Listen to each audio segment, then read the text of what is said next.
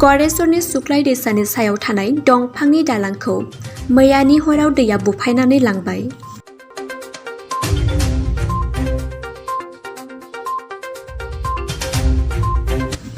भुटान हाजोनिफ्राय बोहैबोनाय दैसानि दैया माखासे सान सिगांनिफ्राय थाद'नाय गैयै जुब जुब अखा हानायनि जाहोनाव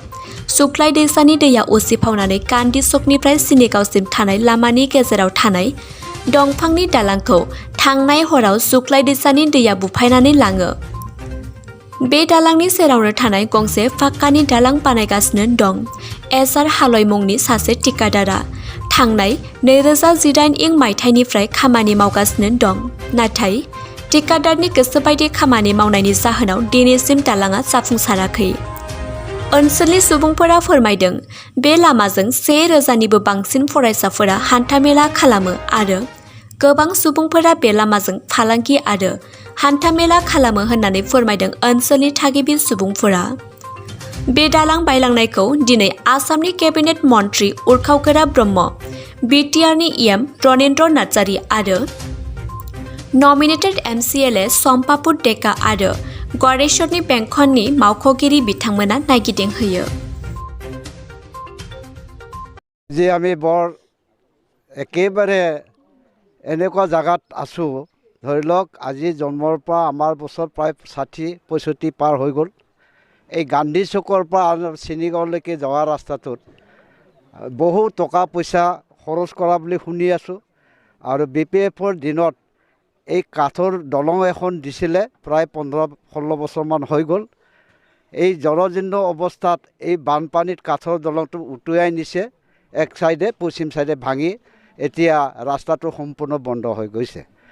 এইটো মই কৈ আছিলোঁ যে পকী দলং বনাইছে আজি 5 বছৰ হৈ গ'ল। এই 5 বছৰৰ মূৰতো মানে এনেকুৱা কাম কৰি আছে য'ত 10জন-12জনে তাত লেবাৰে কাম কৰি আছে। তেখেতসকলক সোধোঁ, ঠিকাদাৰক সোধোঁ, ঠিকাদাৰে হ'ব আৰু লেবাৰবিলাকে কয় কি একো যোগাৰ নাই আৰু যিখিনি আমি কাম কৰিব লাগে সেই যোগাৰখিনি দিয়া নাই। এই যিটো পকী দলঙৰ অৱস্থা, সেই অৱস্থাটো প্ৰায় আকৌ 5 বছৰ নহয় আৰু 5 বছৰ হ'লেও নহয়। গতিকে মই কৈছোঁ যে এইটো কি বান্দৰৰ খেলা কৈছে নেকি? এখন দলং বনাওঁতে 10 বছৰ লাগে, কিন্তু চাইনবোৰ্ডত লেখা আছে 5 বছৰৰ ভিতৰত সম্পূৰ্ণ কৰাৰ কথা। কিন্তু 5 বছৰ গুচি যোৱাৰ পাছতো সেই পকী দলংটো এতিয়ালৈকে হোৱা নাই। আজি ভয়াৱহ বানপানীত এই জৰাজীৰ্ণ অৱস্থা কাঠৰ দলংটো পশ্চিম ফালে প্ৰায় 10-15 কিলোমিটাৰমান উটুৱাই নি এতিয়া ৰাইজৰ অহা যাতায়াতৰ ব্যৱস্থা কোনো নাই। ধৰি লওক এইটো ৰাস্তাটোত দিনে মানে যাতায়াতৰ এনেকুৱা সংখ্যা আছে, প্ৰায় বাইক গাড়ী ধৰি লওক বাইকে মানে 1070খানমান মানে যাতায়াত কৰে। ল'ৰা ছোৱালী ইয়াত কলেজৰ পৰা, প্ৰাথমিক স্কুলৰ পৰা বিভিন্ন স্কুলত যোৱা ছাত্ৰ ছাত্ৰী প্ৰায় 3-4 হাজাৰমান ল'ৰা ছোৱালী এই ৰাস্তাইদি অহা যোৱা কৰে। গতিকে এতিয়া আমাৰ পৰীক্ষা আহিছে, স্কুল খুলিব, কিন্তু এই ৰাস্তাটো ল'ৰা ছোৱালী যাতায়াতৰ কাৰণে বিশেষ অসুবিধা হৈ আছে। আজি প্ৰায় আমাৰ এজন উৰখাওগোৰা ব্ৰহ্ম মিনিষ্টাৰ আহিছে চাবলৈ। মই তেখেতক অনুৰোধ কৰিছোঁ যাতে দলংখন অতি শীঘ্ৰে কামটো জোৰদাৰ কৰাৰ কাৰণে তেখেতে ঠিকাদাৰৰ ওপৰত হেঁচা দিয়ে আৰু এই কাঠৰ দলংটো যিখিনি যাতায়াতৰ ব্যৱস্থা কৰিব লাগে অতি শীঘ্ৰে কাঠৰ দলংটো মেৰামতি কৰি কম দিনৰ ভিতৰতে, ধৰক 2-3 দিনৰ ভিতৰতে যদি কাঠৰ দলংটো মেৰামতি নকৰে তেতিয়াহ'লে আমাৰ স্কুলবিলাক পৰীক্ষাবিলাক চব বন্ধ হৈ যাব। গতিকে মই অনুৰোধ কৰিছোঁ আজি আমাৰ মন্ত্ৰী ডাঙৰীয়া আহোঁতে যাতে অতি শীঘ্ৰে কাঠৰ দলংটো মেৰামতি কৰি লগতে এই মানে RCC বিল্ডিঙৰ দালাংটো সম্পূৰ্ণৰূপে অতি শীঘ্ৰে ওলোৱাৰ কাৰণে আহ্বান কৰিছোঁ। আৰু যদিহে সোনকালে নকৰে এই পকী RCC বিল্ডিংটো, তেতিয়াহ'লে ভয়ংকৰ ইয়াত আন্দোলন কৰা হ'ব। আজি মই হুকিয়াই দিলোঁ। টেঙাজাৰ होननाय बे जायगायाव फैनानै आं नुफैदों रायजोफ्रा जथेस्थ' माने माबायाव गोलैनानै दङ आरो ब्रिजआ जिहेतु दा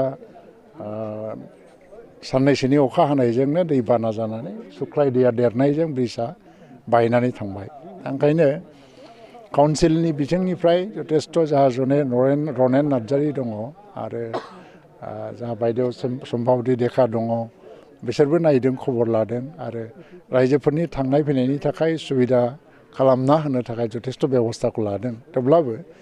जि ब्रिज जादों दा 2018 सननिफ्राय जागायदोंमोन जोबनांसिगौमोन 2 बोसोरनि गेजेराव जोबनांगौमोन दा इन्जिनियारनिफ्राय आङो खबर मोननाय मथे बा टेकनिकेल माखासे प्रब्लेम दङ बाहाय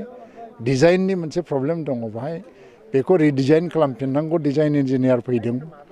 थाबैनो जानांगौ आंबो बेखौ नारसिनहैगोन दिनै नायफैबाय आरो लोगोसेयैनो जाय कन्ट्राक्टरा बे हाबाखौ खामानिखौ लादों बिथाङा बे खामानिखौ थाबैनो मावनांगौनि थाखाय नारसिनहैनांगोन जोंनि बिथिंनिफ्राय गभर्नमेन्टनि बिथिंनिफ्राय दैबाना जायोबा रायजो राजाफ्रा जाहाथे बायदिसिना जेंनाफ्राव भुगिनाङो बेफोरनिफ्राय जों बोरैहाय रैखाथि होनांगौ हेल्थ साइडनिफ्राय हेल्थ बिथिंनिफ्रायबो जों नायनांगौ बेमार आजार जाहाथे जाया गथ' गथायफोरखौ बासायनांगौ आरो बबेबा गामिफ्रा रिलिफआव थानाङोबा रिलिफनि गासैबो राहा लामाफोरखौ जों लाना होनांगौ जों बेफोरखौ गभर्नमेन्टनि बिथिंनिफ्राय खुनु दिन लेहेम खालामनाय नङा दिनै आं नायफैदों बेनि खारनावनो जे बे ब्रिजआ जाहाथे थाबैनो लुफुंजानाय जायो बिनि बेबस्थाखौ खालामनो नाथाय बेवहाय बिथांमोना मावनाया 4 बोसोरनि बारा जाबाय नाथाय दिनैसिम जायाखै जायैनि जाहोनाव बे थिकादारनि सायाव माबाफोर राहा लानो हागोन जे स्टेट डिपार्टमेन्टेल माखासे प्रसिडियर दङ बे मथे थांगोन जितु टेकनिकेल रिजनाव इन्जिनियारफ्रा जे डिजाइनखौ बानायनानै होदोंमोन बे मथे मावनो थांनायाव जुदि बे माखासे प्रब्लेम फेस जादोंबा बियो अब्ला थिकादारनिल' जानाय नङा बियो डिजाइनिं बा इन्जिनियारिं डिपार्टमेन्टआबो बेवहाय गोरोन्थि मावनाय जागोन थ' गासैबो बिथिंखौ सालिजारि नायनानैसो बिनि सायाव डिसिसन लानो हागोन नाथाय कन्ट्रेक्टरा गोख्रैनो खामानि मावनांगौ 4 बोसोरा मोनसे ब्रिजखौ लुनो थाखाय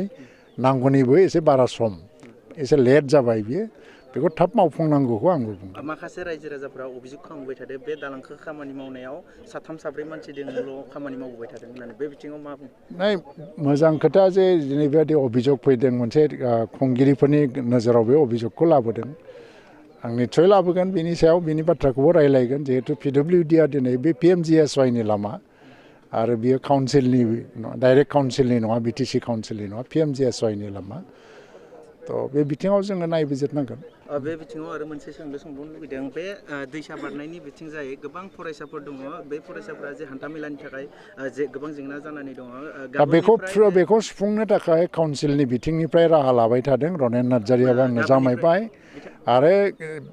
जाहाथे बे फरायसाफ्रा गाबोन समफोरनिफ्रायनो थांलाय फैलायाव खुनु दिगदार जाया बेनि बेबस्थाखौ टेम्परारि भाबैनो जों पार्मानेन्ट दालां लुनो थांगासिनो दङ खिन्थु टेम्परारि भाबै जिखिनि थांलाय फैलायनि हान्था मेलानि बेबस्था नांगौ बेखौ खालामना होनांगौ दिनै रनेन नार्जारिबो दं बेखौ जों रायलायबाय आरो नोंथांनिसिम मोनसे जे सोंनो लुबैदों साननैसो आगोलाव जे नोंथाङा जे मोनसे जे पुथिमारि दैसानि सायाव जे बुंलांदोंमोन जे दालांखौ जे आसाम एसेम्ब्लियाव जे सावरायनाय जागोन होननानै एसेम्ब्लियाव दालां लुनायखौ सावरायनाय जाया बेयो बाजेटआवबो थिखांनो थाखाय माखासे प्रसिडियर नांगौ दा बाहाय लकेल MLA आ भबेस कलिता आरो काउन्सिलनिफ्राय जोङो बे दालांनि सायाव मोनसे प्रपार चेनेलजों सिस्टेमेटिक भाबै प्रप'जाल लाबोनांगौ थ' प्रप'जाल लाबोयोबासो बाजेटआव फैयो बेनि इनिसियेटिभखौ लाबाय थानाय जादों आं सानो गभर्नमेन्टनि बिथिंनिफ्राय बेखौ जोङो मोनसे फाइनाल स्टेजाव लाबोनो हागोन ক'ব বিচাৰিছোঁ আজি আমাৰ টেঙাজাৰ আমাৰ শুক্লাই নদীৰ যিটো আমাৰ সমস্যা সেইটোক লৈ মই ক'ব বিচাৰিছোঁ মই প্ৰথমতে হেমন্ত বিশ্ব শৰ্মা মুখ্যমন্ত্ৰী তেখেতক মই গৰিহণা দিছোঁ মই তেখেতে লাজ পাব নালাগে তেখেতক মই গৰিহণা দিছোঁ এইকাৰণে তেখেতৰ যিখিনি পালি পহৰি তেখেতসকলে কিয় শুদ্ধমতে কাম কৰা নাই